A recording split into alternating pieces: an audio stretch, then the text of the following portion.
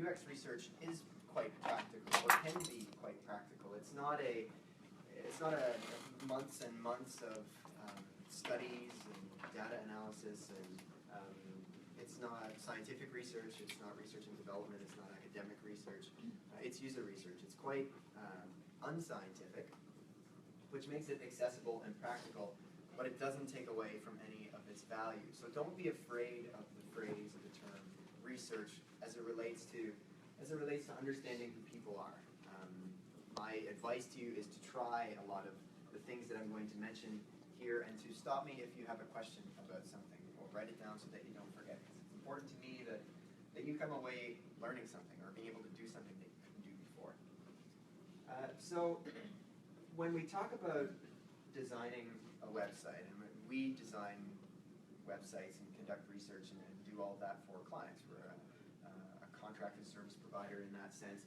And so when it comes time to design our own thing, or redesign our own thing, it can get pushed to the bottom of the pile, or it can get deprioritized, or it can get rushed because we know what we're doing, we'll just make this. We don't need to, do anything that we would normally do for our clients, and that's a problem. But the whole notion of being triggered to do that design comes from some kind of change, right? Change is what triggers action, and in our case, that action was to think about redesigning our website, and in a lot of cases, that's just the passage of time as well. So much has changed. Even if a lot about our business didn't change, a lot about what's happening outside of it has over the last probably about 2 years since we've been with the current version, or the previous version now, I guess. So change influences design, and then design influences change, and you have this big circle where these two things are constant. Change is constant, and design is constant. And we need to get away from thinking that doing design work is a periodic thing. It's something that should happen all of the time, and it should adjust to change as change happens, and not when you have time, or when you've bottled up enough resources to actually do it. And so for us, the change that triggered this was a transition in ResIM as a business from a application and web and software design and development company to a team that just does user experience research and design and consulting. So there's a big difference if you'd like to watch Finding Dory. It's pretty good. Apple TVs are no good. They're really not. It's so frustrating. The latest for generation is even worse. Oh. This one used to be super mild. I fixed it. Do you want to plug in instead? I can. Oh, you're back up right now. Am I? It's part of the presentation. Okay, obviously I could Yeah. Okay, all right, so a change in business, a change in what we do and who we are, triggers a change in how we talk about ourselves, how we present ourselves, the things we sell, the things we do, the kind of business, the kind of people that are on the team, and the things that those people are doing. All of that is changing as a business shifts its focus. And for us, it was a pretty significant change, and it's been happening gradually over time, but in the last 8 to 10 months, it's been quite accelerated. So, and I'm kind of giving you the backstory here because it's important to understand sort of where we came from and how research fits in. This is the kind of work that we used to do. Great at design, we did a lot of design, a ton of development, but not a whole lot of research. On projects where we thought it was a good fit, on projects where there was budget to do it, we did it. And that was about the slice that it was. Over the last 2 years, particularly in the last less than a year, it's changed considerably. And this isn't based on sales or anything really scientific, but about half of what we do is research, and then almost the other, not quite half, is design, and there's some development that happens in there too. So that's a big change. If you go between that and that, that's different people doing different things. That's different ways to talk about yourself, different things to sell. It's quite a change. And we kind of fell behind in terms of communicating that change outwardly as it relates to what we said about ourselves on our website up until about 11 o'clock this morning. But now that's changed, so that's good. Organizational change outpaced design for us. The business was changing faster than we could change how the business looked from the outside, I guess is the best way to say that. It was prioritized over design as well, because when you are running a business, you have to make sure that that business has the right people and is doing the right things, and we're not a big team. And so our organizational change was prioritized over design, as was the work we were doing for everybody else, which happens all the time. We were busy figuring out who we were, not what we looked like or how we sounded. That's definitely true. But there were false starts into getting into changing that, to say, okay, this is who we are now. We need to do something better. We need a new website. It has to look different. It has to look better. Carts were put before horses, and meaning that inspiration was found in places like this. And I have nothing against going to a website like this to stay on trend as far as visual solutions go, to stay current with what things look like. But this isn't where you start in design.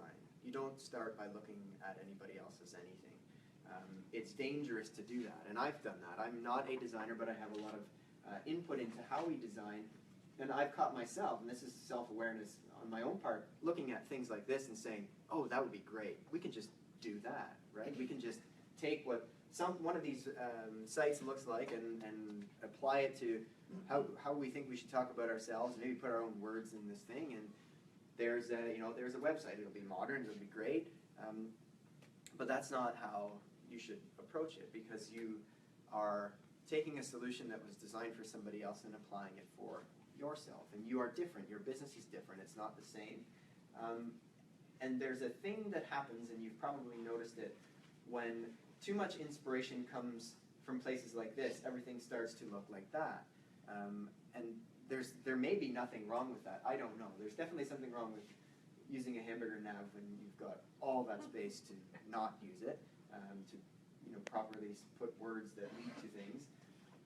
But if you go through these sites, you can see homogeneous design, because one person sees something that gets a lot of attention, and then they design it, and then they design it, and this thing happens where the design is just it's just the layer on the top. It's not actually rooted in anything more valuable than doing what you think is modern. It's important to be modern. It's important to have your design look good to you. It has to look good. There's a feeling of pride when something looks good. But it's important to understand where to start with that. It's important to stop doing the ripoff. It's not a ripoff. Stop doing using inspiration only from a design point of view, visual point of view. And so then we said to ourselves, and this is me saying, okay, this isn't the way we do it. We get paid to do work the right way for everybody else. So why can't we do it for ourselves? So we should really be eating our own dog food, which is a business saying for use what you make, use what you sell, do what you sell, practice what you preach. It's like a company that builds accounting software not using their own accounting software.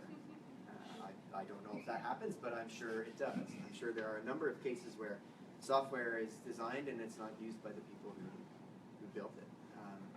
And in our case, this is a process that we recommend to everybody, and this is a process that we see a lot of value in. Can we stop this thing and say, this is how we're going to do it for ourselves, and we're going to treat ourselves like clients, and that's the way it's going to work.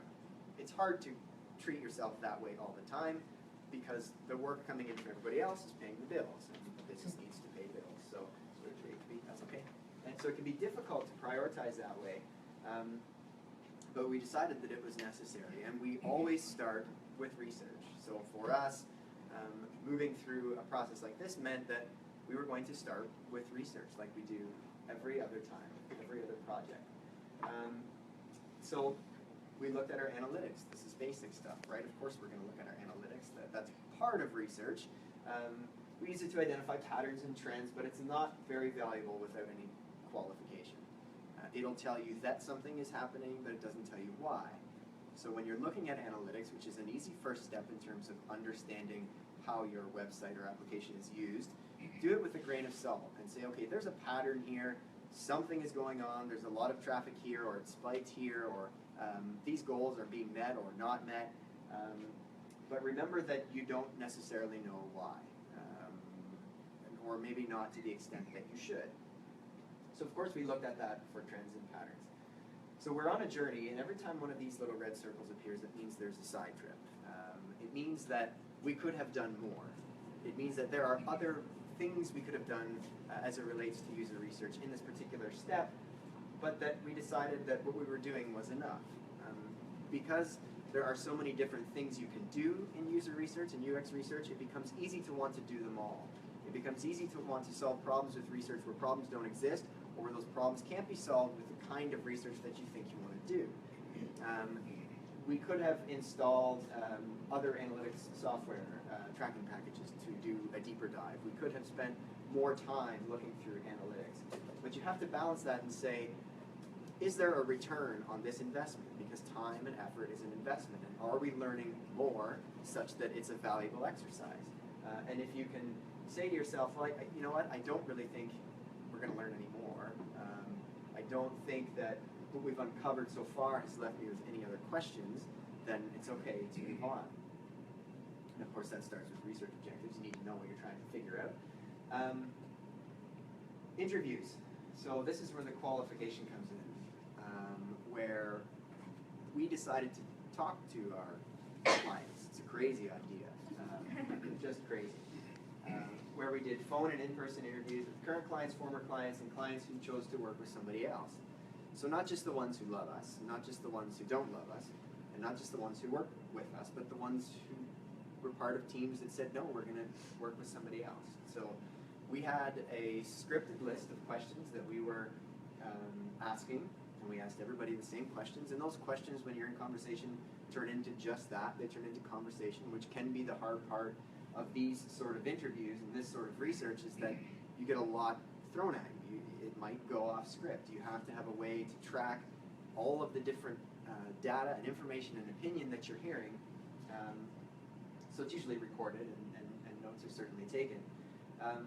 But mixing in current clients, and the current clients we talked to were ones who were small, ones who were large, ones who were engaged in large projects at the moment, ones who hadn't been for maybe a couple of months.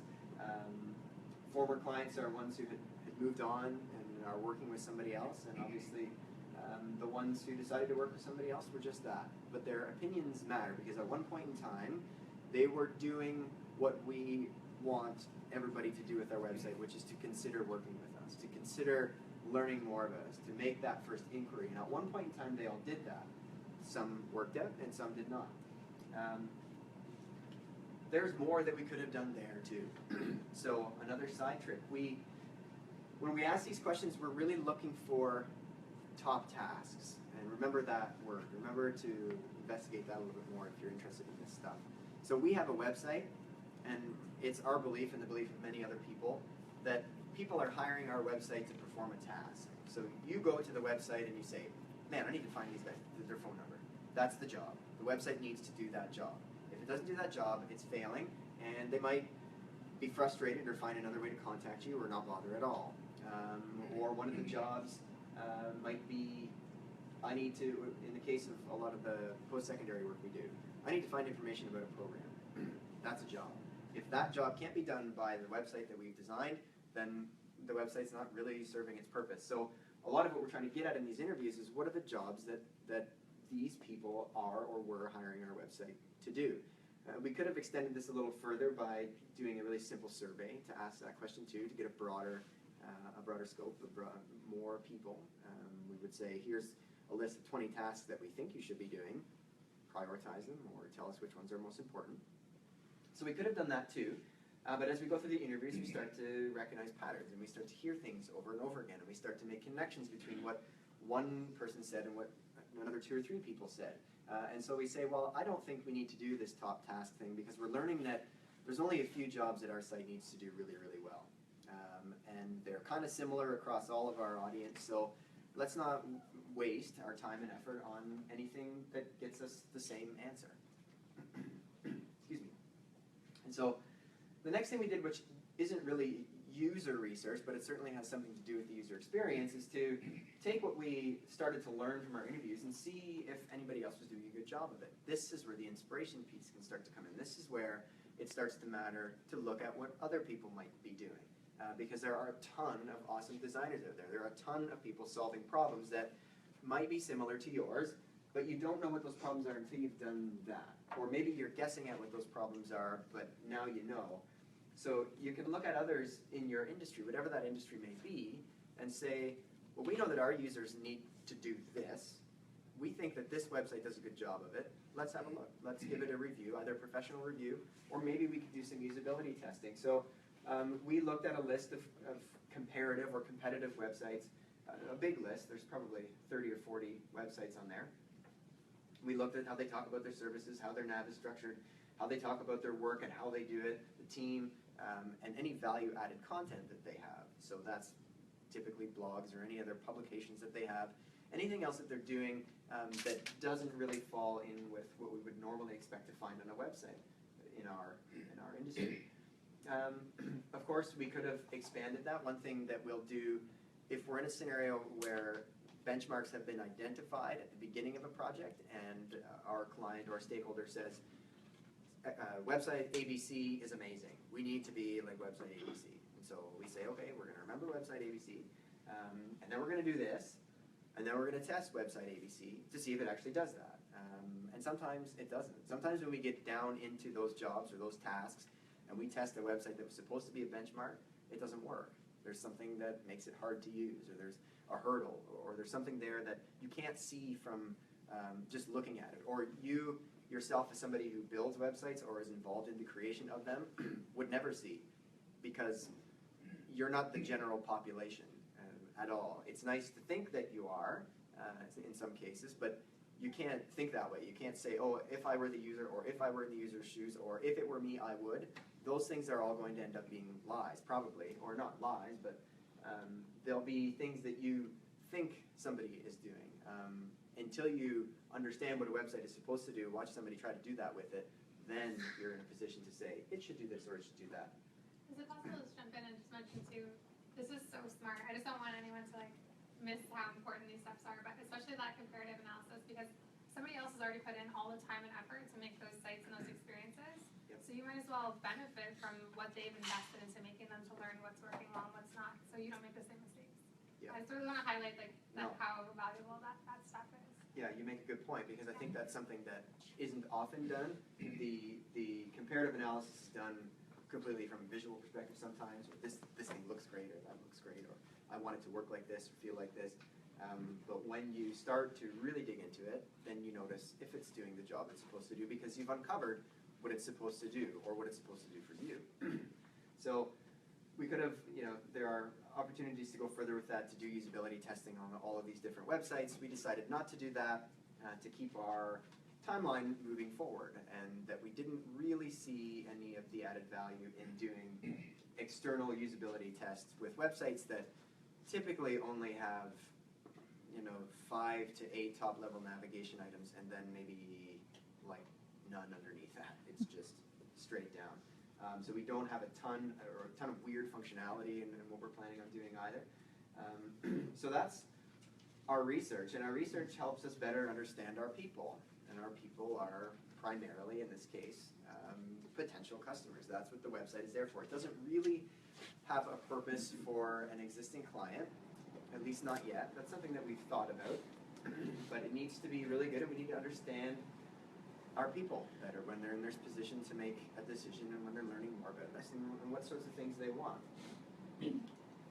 So we created some very brief personas. So you're going to look at this and say, that's a persona. In fact, it's 3. But usually a persona is way bigger than this. It's got it's got a fake name for them. It's got where they went to university, what kind of car they drive, how many kids they have, what they ate for supper last week, how many times they go to the gym, and a ton of demographic information that for our purpose doesn't really matter, because we care mostly about what are they trying to do on this thing we're going to make. That's it. Not how they got to work in the morning, So we identified 3 people from the ones that we talked to, 3 persona types. We have a local advocate who knows about us from work and our presence in the community, so stuff like this. Maybe some of you fit into that. And they need information to help sell us to somebody else. So either somebody at work or somebody they know has expressed interest, or there's a need that's triggered somehow. So the local advocate has to say, you should consider these guys because, or here's some information on these guys that maybe you didn't know, or maybe you didn't even know they were around. And we talk to people like that. We have influencers who are a step above that. They're in a position to influence us being hired. They've heard about us maybe through a proposal that they had to read of several, or maybe they heard about us the same way that the local advocate did, but they need to qualify us as a potential partner. The advocate doesn't really need to do that. They just need to say, I think these guys are good, you should use them. The influencer has to say, yes, these guys can do what we know we need to do, or what we think we need to do. And they also have to understand what the relationship is like, because the local advocate probably isn't going to have a relationship with us in a contract way, in a service providing way, but the influencer will. So they want to know, what's it going to be like to work with these people? Who are these people that are going to be doing this work? And then one step up for that, and kind of similar but just a little bit different, is the one who actually makes the decision. So sometimes the influencer and the decider are the same person. Sometimes the local advocate is also an influencer. So they really mix, but the decider has heard about us in some way, and they need to get in touch with the right person. So we heard from deciders when we were doing our interviews to say, I really just want to look at the site, see if you guys are a good fit, and I need to know who to contact. Tell me who to call. I don't want to just submit a form, or I don't want to just send a random email. Who's the person going to be on the other end? So this is it. This is our people. These are our people. And we've described them very succinctly. And people help us better understand our content. So what I'm trying to do, and I hope it's clear, is to draw a connection between the research and then the people and then the content, so that you can follow all the way back and say, oh yeah, that decision was made because this part of the research, and there's usually a big disconnect there. There's usually oh, we did all this research, and we feel like we should just design it this way anyways because it's what we wanted. Or we don't really understand the research, and so we'll just design it this way anyway. But you have to be able to make that connection. So we go from doing research to understanding people, and in our case, as with most websites, not applications, but websites, content matters a lot. Content is usually the most important thing. Content gives you direction, content makes it usable, content is the thing that you're looking for. And so in our case, we know that, and we know that we need to be better at content, or at least understand it.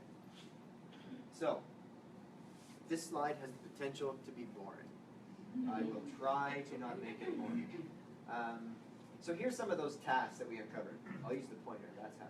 Help sell res to others, identify and qualify us as a potential partner, understand what the relationship's going to be like, identify us as a place to work, which is in there, it's italicized because it's not a high priority right now at the moment for us, and then get in touch with the right person. So those are some pretty key tasks. There's not that many of them. Some key tasks that we've identified. So if we look at content that tells our story or talks about us, we know that that's going to help sell us to others and identify and qualify us and understand what the relationship would be like and maybe what it's like to work here. So that kind of content is pretty valuable because it covers a lot of things, solves a lot of problems, does a lot of jobs. We know that when we talk about our work, that it's going to identify and qualify us as a potential partner because you've done this before, so you can do it for us, that sort of mentality, and it's accurate. Understanding what the relationship will be like. We weren't great in talking about our work and talking about what it's like to work with us at the same time. It was mostly, here's what we've done, not here's what it was like to do this with us and here's what we've done. But we've realized that those two things can come together, so work actually covers a lot as well. Service is not as much, so we know it's important to tell people what we do so that when they have a need in mind, well, they can understand that we actually do it. It's kind of table stakes, checking a box. And it's really only for identifying and qualifying us as a potential partner. not a little wee bit about understanding what the relationship will be like, and we could probably make it more so. So good to identify that. And then the team. So this is a big one, and this is an important one. We're a service business, 100% service business. And so the services that we deliver, or the thing that people pay us for, is inseparable from the people who deliver it. You cannot have the work we do without a person delivering that service. It's not a product like this. It's not even a product like software, because you're not working with the developer who made the software. You're not working, you don't know the developer who made Instagram. You don't know. You have no relationship with them. It's a product. And so anytime that you are frustrated with something or love something, it's that you love Instagram or that you hate Instagram. It's the app. It's not the person who delivered it, because you don't know that. It's a product. But with us, if something goes wrong, it's not that necessarily the research that we did was wrong. It's the person who was doing the research. Why didn't they tell us this, or why didn't they do that? Or if it's great, it's the person who delivered it. Oh, Brian did an awesome job of doing this, or Chantel managed the project really well. It's always, actually, not usually, it's always related to the people that deliver it, because we're a service business. So when we talk about team, we know that through our research, through talking to people, that they want to know who they're going to be working with, because that qualifies us. Is this group of people capable of doing this? Yeah, they've done it before, and yeah, they say they can do it, but can we do some digging? Is there enough information on there to make us feel comfortable about the people that we'll have this connection with that is so much deeper than a product?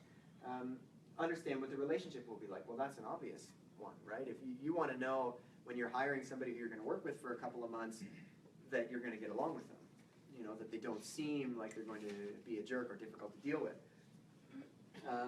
Identify us as a place to work. Well, yeah, that's quite simple too. I want to work with people who are like this. And to get in touch with the right person, that's where we start to get into that task. If we talk about our people and we mention the right people to get in touch with, then we're covering that one as well. Then we lay over this thing, and I'm almost done with this one. Then we lay over this value-added content that isn't really, it doesn't tell our story. It's not our work or our services or our team, but it's something else. What else can we think of that cuts across all of those layers, at least the ones that we understand to be really important? And what can we add that does that? Can we add anything? It's not necessarily we need to and therefore we must or we should. And what is it? Let's think about it forever. But is there something that we can add that covers that? And so then down there we have jobs content, and down there we have contact. So this is a way to map content to users. And the boxes really just represent, there's nothing about the width for the box, but the depth represents which of those jobs it covers. You could get into websites that have many, many, many more jobs than this, like 10 jobs for each 5 audience segments. And so then your little diagram here doesn't look so clean and nice like it does in this particular presentation. But it's important to do that still and identify what those jobs are, identify the content, if it's content that can solve those problems or allow somebody to perform those tasks. And then you can really start to see, well, this is important, and look at all the things that that we can do to help qualify us. We can talk about our work. We make sure that the services are there. People are important. People get left out. In some cases, in our industry, in our world, it's dehumanized a little bit. There may be pictures of the people on the website, but there's not a this person does this or has done this, or here's, not getting too much into the personal stuff, but here's what they like to do outside of work in a sentence, because we're all human beings, right? We all have things that we like to do that aren't work, and that's great. And so a lot of times that's left out. There might be faces to show how many people are on a particular team, and they're big, so these people must be real. And they're probably often real. But never do they really get into that relationship stuff. So that's important to us. So we could have done more. I forgot about that one. We could have done more here, but we didn't have to, because really what you're looking at here is, it's not a sitemap, but it's the labels that we would probably use for one are very close. If this were larger, we could have validated that it would be easy to perform those tasks based on the labels that we hypothesized should be in there. So we could use a tree test, for example, and we could probably run a whole seminar on tree testing, which is a really interesting way to test navigation. So I'll go over it just real quick, in case you don't know. I don't expect you to, but So imagine a bulleted list with a bunch of indents, and if about has 5 children, then they're just bulleted indents, and then services has 5 children, and they're just bulleted indents. It's just a bulleted, indented list, unordered list. And you can set up usability testing, basically, where you enter tasks like this. So can you get a sense of what it would be like to work with ResIM? Or can you find the person that you're supposed to contact if you want to start a new project? Or do you know if they do this kind of thing? And then the person just clicks on the items in the list and tells the software when they think they've been successful. So I did this, and I did this, and I think I've got it. Or this is where I would expect to find it. Very, very simple. You don't have to build out a big prototype. You just have to understand how to use lists.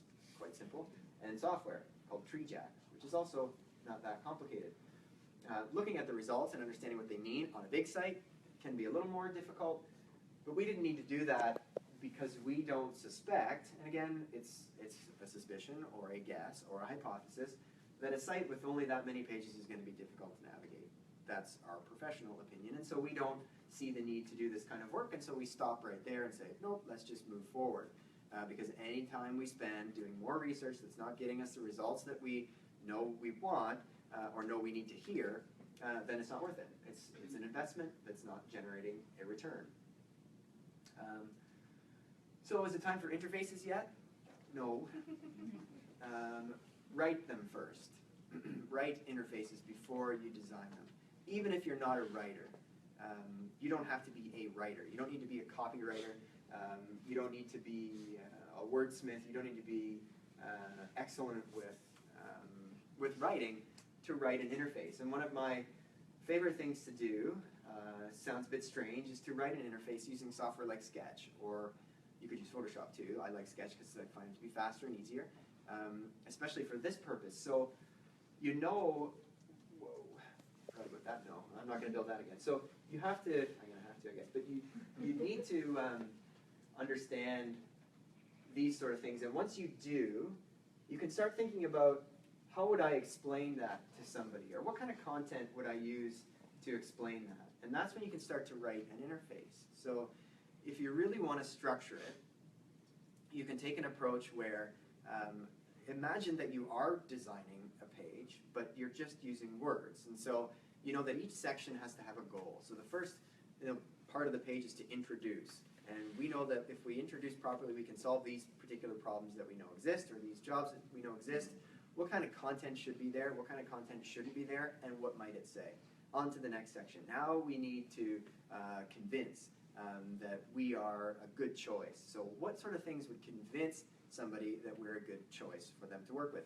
Now let's persuade them, or persuade and then convince. So we need to persuade first. Are they good? What would make them good? Convince. Let's take the next step. What kind of words would I use in there? What kind of things would I talk about? What kind of things might I say before you start to apply any kind of interface? Because what happens when you start to apply interface is you get detached from your customer. You start to think, if you're a designer, you start to think about you. I'm designing this now. I like the way this looks. I think this is going to be great. You've not paid enough attention to the customer still at that point. It becomes very easy to start designing and just getting on a roll with the design and liking things, and you're getting in the groove, and interfaces are just flying out, and the design's looking great, but maybe you're using lorem ipsum, or maybe you're using copy that came from another website or a current website. That happens all the time. We'll just use this design and put our words in it. Maybe that'll work. But if you stay in copy longer, if you write interfaces first, you'll do a better job of staying connected to the person that you're ultimately designing for. But excuse me. Yes. I have one question. When you mean writing interface, like are you designing high fidelity or low fidelity interface? Words. Well, just words. Words. Yep. Words. No boxes, no lines, no icons, no nothing. Bulleted lists if you want to get fancy.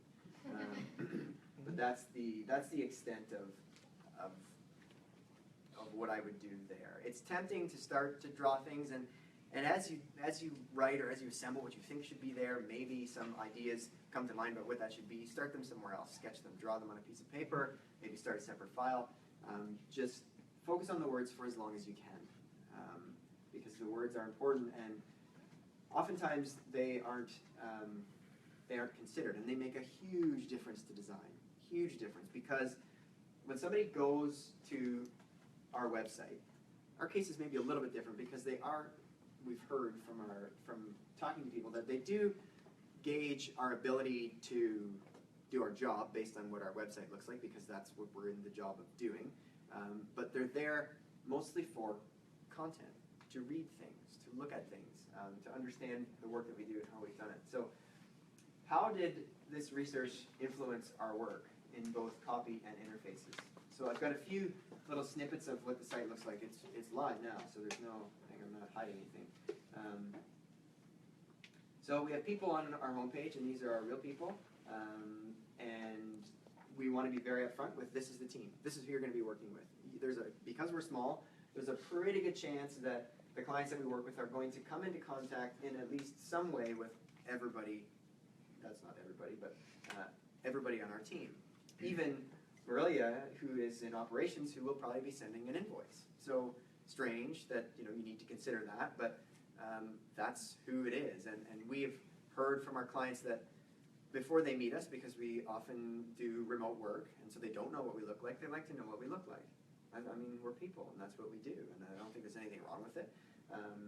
And so there we are. This is who the invoice is coming from. As simple and mundane as that sounds, this is the person behind that. When you get that phone call or when you see an email, these are the people. This is what it is like to deal with us, because here's the people that you'll be working with. So that's important. And also, interestingly, although it's an anecdote and I wouldn't put a lot of weight behind it, we did have one person say that they would love to see more information on our staff because they're curious about them, curious who they're working with, but they don't want to go to LinkedIn because they don't want them to know that they were looking.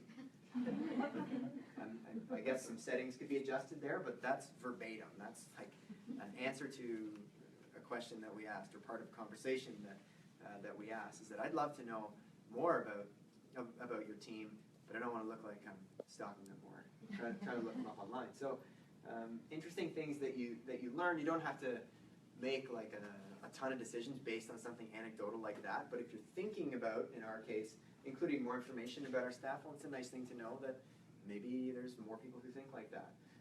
And so the other part is making it clear who you're going to be connecting with. So if you have an inquiry about working with us, it's me that you're going to be talking to. There's nothing to hide about that. I mean, I don't have any problem with my email address and my phone number being there. The contact's going to happen at some time anyway, so why not just be there? And there's a face, so that when I pick up the phone or when I answer an email, that somebody's already maybe putting a face to my name.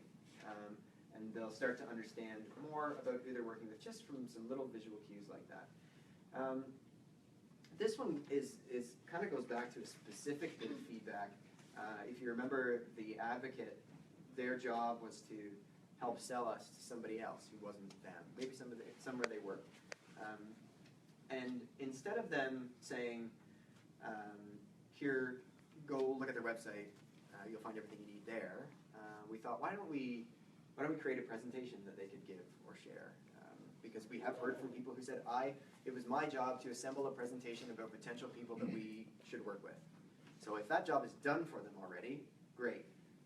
This isn't new or like innovative at all. It's been done before, and a lot of this has, all this has, but it's nice to know why it's being done. It's nice to know, should I put the time into like making this deck and having it be the thing that almost holds up our launch, because that's what happened? And the answer to that question is yes, because we know that it's important to somebody. And if it's important to somebody, then maybe it's going to be important to somebody else. And it's not, it's not something that we just say, oh, I think we should just put it here, so we'll do it. Or it could be the thing that doesn't get done. So we did that. We also heard that, okay, I guess I'll go back a little bit. When somebody's hiring us for a large project, it usually takes a long time. It can take, depending, if it's a public institution, it can take forever. So if a college or university is hiring us, sometimes they're quick, and by quick I mean like 3 months. Sometimes they take a long time, and that can be 4 or 5. So we're a small business, things change in 4 or 5 months. And we had somebody say, I want to know what you're working on right now. Like your case studies, your project stories, they're not old, but they're from complete projects that have been done for a while. But what are you doing right now? And I like to be able to bring that back because I have to re-present and re-share what you're up to my team as we're moving through this long process of deciding who to work for. And this isn't new either. So we have a small section on our site that says this is what we're doing right now. It's kind of, you don't see it very often. It's like one of those things. It's like, oh yeah, why the hell wouldn't you do that? Because we know that our work is important, and this gets to that. And the other thing about the way this business has changed is that because we're often hired now just to do research, we can't make a case study with pretty interfaces and really rely on the visual strength. A lot of what we're doing is strategic, that leads to design, but sometimes it's just research and strategy, and we could write about it, definitely, but it's often the strategy that becomes proprietary, or the thing that nobody wants anybody else to know. So we're not going to write about the strategy that we came up with, maybe how we did it, but we can certainly say this is what we're doing right now, and it helps somebody decide if we're a fit, if we can do what they need us to do, and it's right there on our homepage. Most of this is words, so hopefully that is kind of sticking out. Another part that's similar is that, so Staples hired us to do a usability test on their e-commerce, business e-commerce. So professional review, usability test, give them some recommendations on what to improve, because they've got all these developers and they don't really know what to do. So here's how you can make it better. I can't write about what we told them to do, because that's theirs, they own that. I can't make a case study about that, really, because there wouldn't be a lot to write, and it might not look the greatest. But I can certainly list it among all of our other projects and say, here's one that has a big case study, here's something else interesting that we did, and they all look the same weight. We can have legacy things on there. It's not and this is a design thing, it's not like a grid where we'd be like, oh, okay, we've got this tile view, and so we've got all these web projects we did with great interfaces. Shit, how are we going to put Staples in there? There's no interface, we need an image, let's get a placeholder. Oh, we don't want a placeholder. So the words matter more, and so we focused on that and talk about all these different things we've done, even if we're not doing them anymore or doing them for those people. We don't work with Staples anymore. That was a pretty short engagement to help them move along. Important nonetheless. And we can also talk about the work that we're doing right now. And for some legacy stuff, there's a little circle next to it that you can't see right now that says it's active. So what are you working on right now? What's of interest to me right now? So there's a ton more that was influenced by who we talked to and what we learned and what we know or understand to be important. There's also a ton of things in there that we want to do and try and learn from. So the other part about design is that it in itself becomes research. So the research that we did as part of this project is the kind of research that made our guesses better. Here's what we think we should do. Let's find out if that's accurate or if we're on the right path. That's the kind of research that I'm talking about here, or have talked about so far. The other kind, it's not a different kind, but the other way you can apply it is, now we have this thing up and running, what do we want to find out? What do we need to know? We decided to put this call to action at the bottom of every page. On which pages is it working? On which page is somebody most likely to take action? Why do we think that is? Here's what we think. Why don't we ask? Let's sort that out. Okay, maybe we need more pages like this, or maybe the approach on that page was better. So it's about continually learning. Research and user experience in general is not something that you can just set it there and say, oh, we're done with UX. UX is over. It's how can we continually make this thing better? Because I want to try to avoid going through this isn't big because the site's small, but a redesign or an overhaul process like this again. I would rather it be as good as it can be at any point in time, instead of really good for now and behind in a year and a half. So it's an ongoing thing, and it's part of our research. A bunch of this stuff that I didn't share,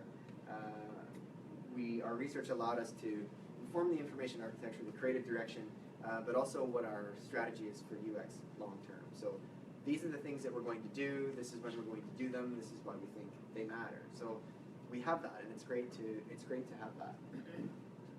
It's an important thing because and we already have a bunch of work in the queue to do.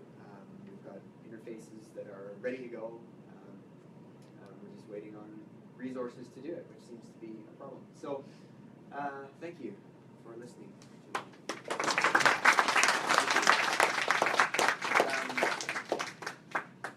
I guess it's, if you forget anything or everything that I said, which is cool, don't forget that you can try. Don't forget that you can try. It's not hard to do this stuff, and it can make a big, big difference. If you're interested in usability testing, or interested in user research, I should say, I would advise the first thing to do would be to try to do a usability test. It's so amazing to watch somebody use something. You'll think you know everything. That's also fine. But you will see things that you didn't see coming. And then you will be like, oh man, we got to do this all the time. But don't do that because it can slow things down. You really have to kind of manage your passion for usability testing, if such a thing exists, and really know what to test, but don't be afraid to do it. Don't be afraid to try it. Don't be afraid to watch. Like there's usability tests on YouTube that you can go watch of somebody else testing something. It's weird, and like you're listening to somebody test something and they're in their living room, and it's just, it seems bizarre, but it's so fascinating to watch it. And I would recommend that even if you do nothing else, if you remember nothing else, try and go watch some usability testing. I'd absolutely agree. It was about 2 years ago when I did my first usability test. Has anyone heard of Steve Krug? K-R-U-G? Okay. He has a really great book if you're interested in any of what Jonathan was showing there and talking about doing your first usability test called, and I'm always saying it wrong, I want to say rocket science, but I think it's rocket surgery. It's rocket surgery. Rocket surgery made easy. And he shows you how to prep for it and do it. And try not to be intimidated. Like it can be like, oh man, like where do I even start? He's got a really easy set of instructions of like how to do it. Maybe just grab a coworker and try it out with them.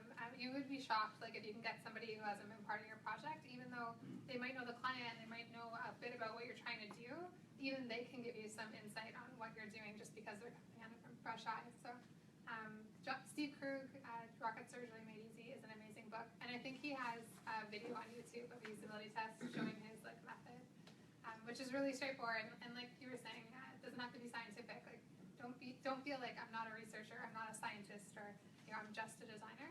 Like anyone can do this. It's just watching somebody like look at your work and use what you're developing in real life. So super valuable. Yeah, and if you're going to be around family for the holidays, run it with your parents.